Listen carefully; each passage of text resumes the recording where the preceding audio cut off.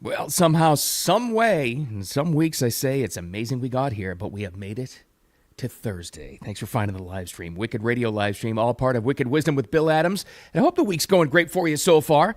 Little nuts and bolts programming note here. Make sure you follow all and like all of the channels, the social media channels, Wicked Wisdom with Bill Adams. That would be on Facebook. Make sure you follow there because I'm going to have some exclusive content going to the Facebook page. I know you may not like Meta. I get it. That's still where most people are, and that's where this seems to be growing the most. So head over there, YouTube channel as well, and right here on X as well, where the replay always lives as well on the live stream and the audio podcast too, which is usually posted a few minutes after we get off the air right here. Excuse me. Well, in the news cycle yesterday, what's the messaging? In fact, it's just that, messaging.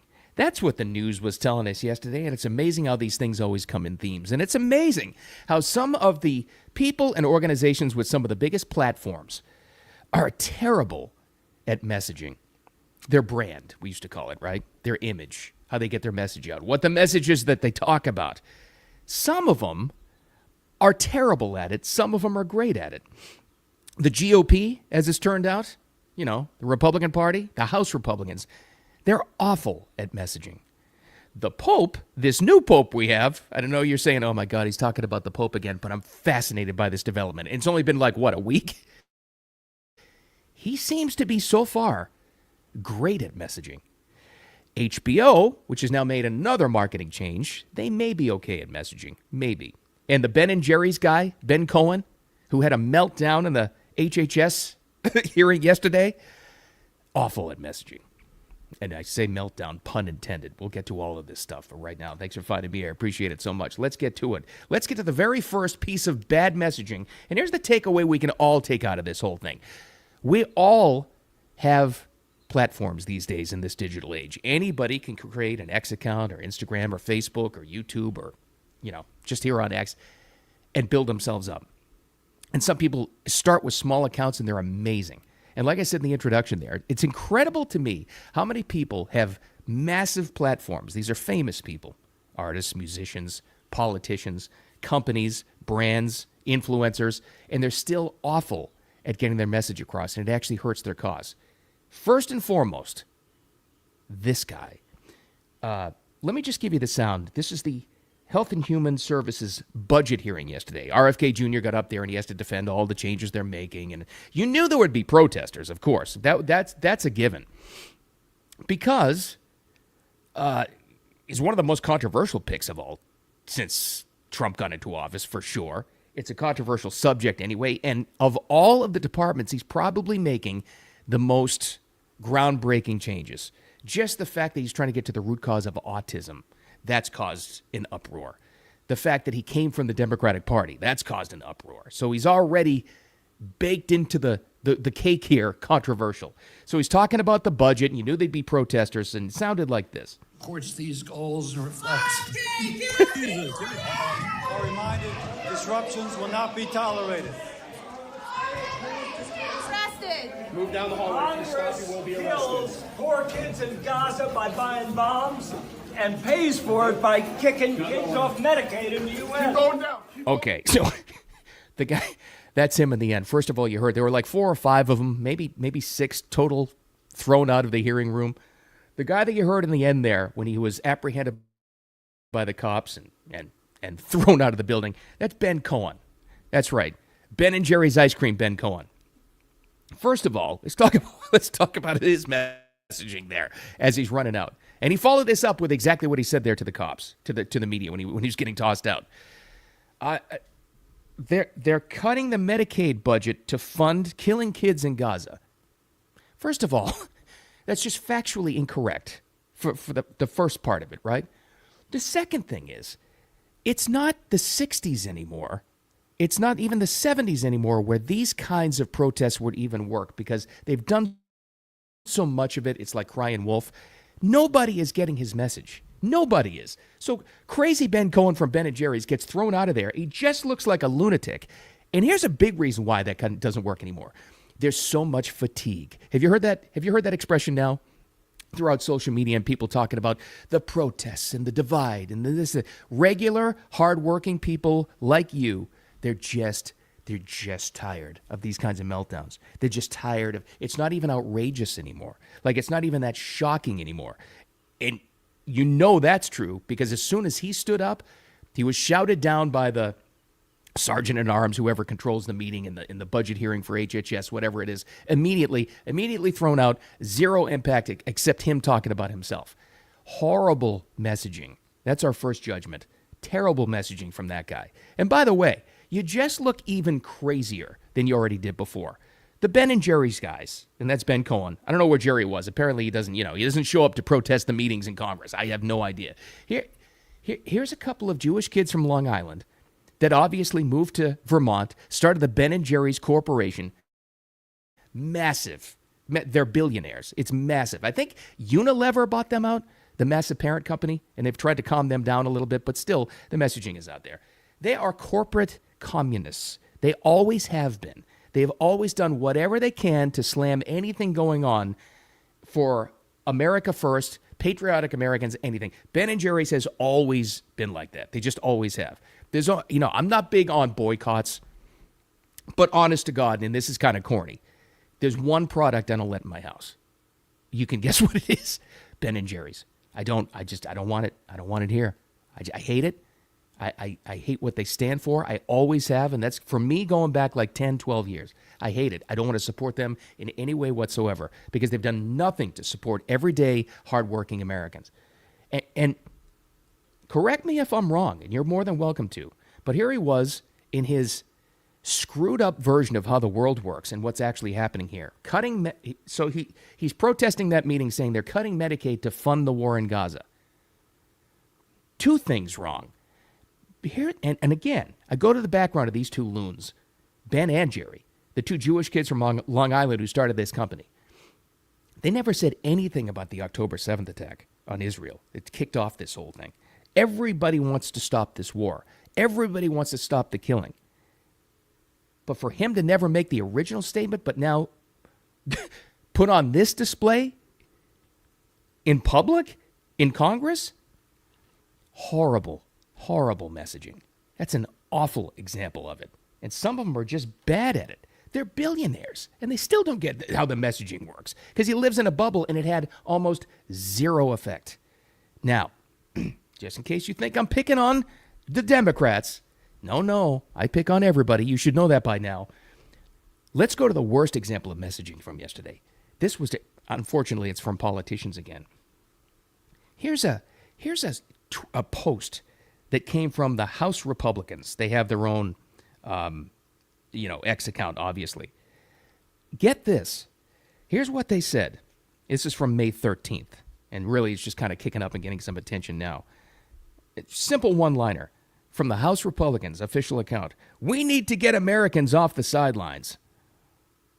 Boy, that seems insulting, and you're probably thinking the first thing I am, even if you're a Democrat and you didn't vote for any of them.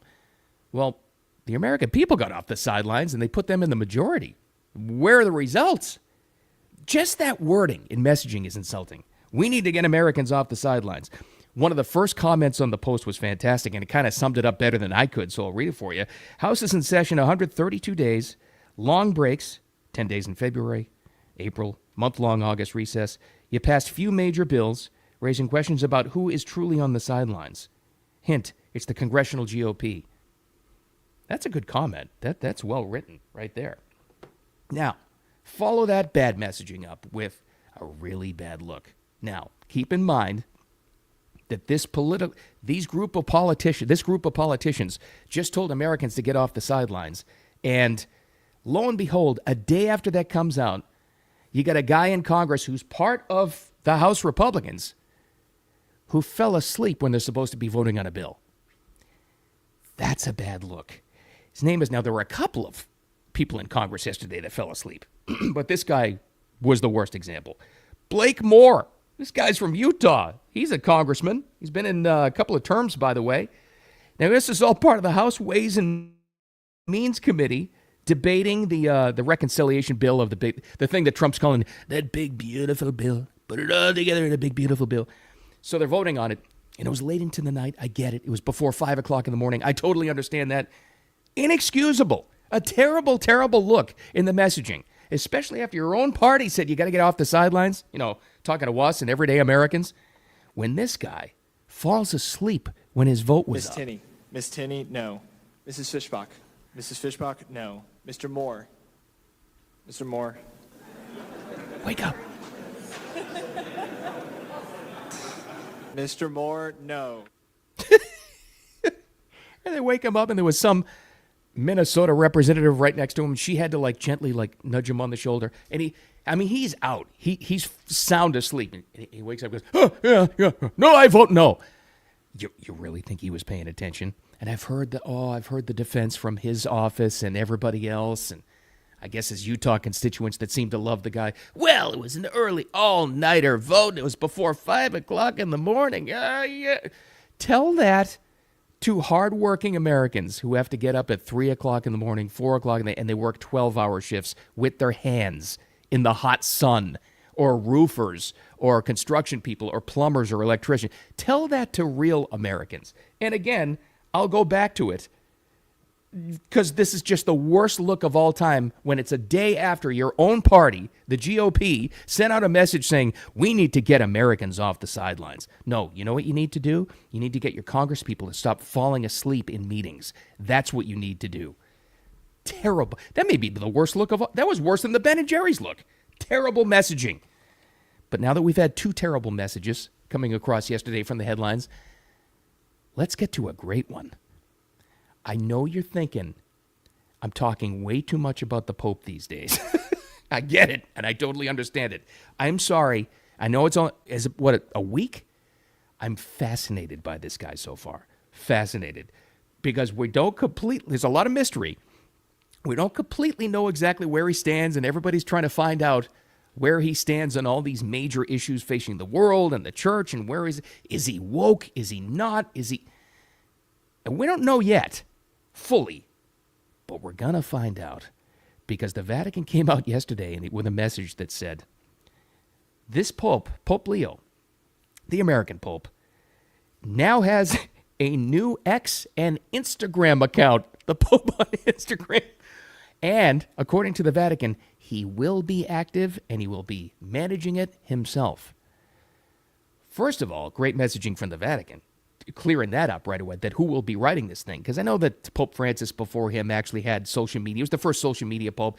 I always kind of doubted whether it was actually him writing the stuff or not. He was really old, too, at the end. He wasn't in very good shape. This Pope's younger, and he's going to be actively posting on X and Instagram. Now, I'm way more interested in the Instagram accounts. I don't exactly want to see some Pope beach pictures. I don't want to see that, obviously. I don't think we all do. But that will be fascinating, and I don't think it's going to be anything too controversial.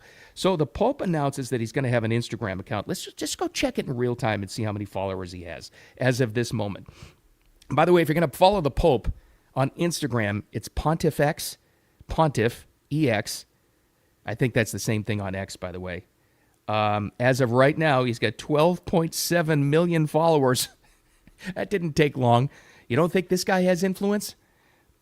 And this is why I call this great messaging.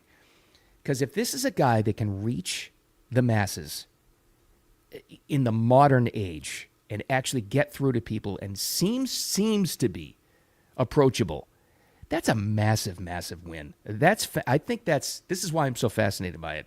This is a real different age and a world leader that obviously just going by this. And there are 1.4 billion Catholics, I think, that he persuades, and more, and growing apparently, for the first time in a long time. This is a guy that really may take the Catholic Church, at least, and we've all kind of fallen off the wayside, at least I have, into a new direction if he knows how to communicate. And I think he does. Not just the fact that he can do messaging and appearances in English. He just seems to be more common sense, more relatable, a good communicator is what I'm saying. So here's an example of great messaging. The Instagram account. So he's got 12.7 million followers already. It's less than 24 hours old. Oh, and he's 33 following. That means he's following 33 people. Who's the Pope following? Let's look. It looks like a bunch of bishops, other cardinals. Britney Spears? Just kidding. No, he's not following Britney Spears. That would be awesome, though. I can help you. So that's amazing. I think that's incredible. And this is a guy so far, like I said, we don't know what we're going to find out. You can't be that transparent and not know how somebody stands on the issues. Now, his brother, back in Chicago, had done a couple of interviews. I think one was with Piers Morgan, and he kind of gave an insight because Piers asked a great question. He said, what is he? Is this the woke pope? And he said, no, he's not woke. He's probably liberal, but not woke. And I think a lot of Catholics would say, all right, that's something we can deal with, because you kind of have to be, an open-hearted, bleeding heart. You want everybody to be happy, kumbaya, to be pope anyway.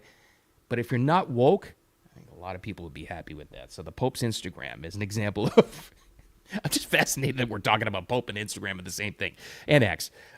That's great messaging. That's an example of how you actually do it. And this is somebody, I think, by the way, not just because he's American. I think this is somebody that the leader of the free world, that would be President Trump, who's making great strides in the Middle East right now and securing a lot of money deals.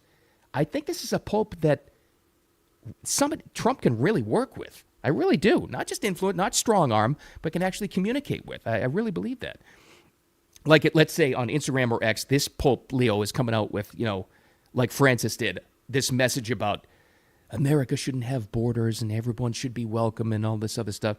I think this is a pope that Trump can say, all right, look, Padre, drop the messaging about the open borders thing. We're going to have a big, beautiful wall. I think this is somebody that that Trump can actually influence. I don't know. We'll see.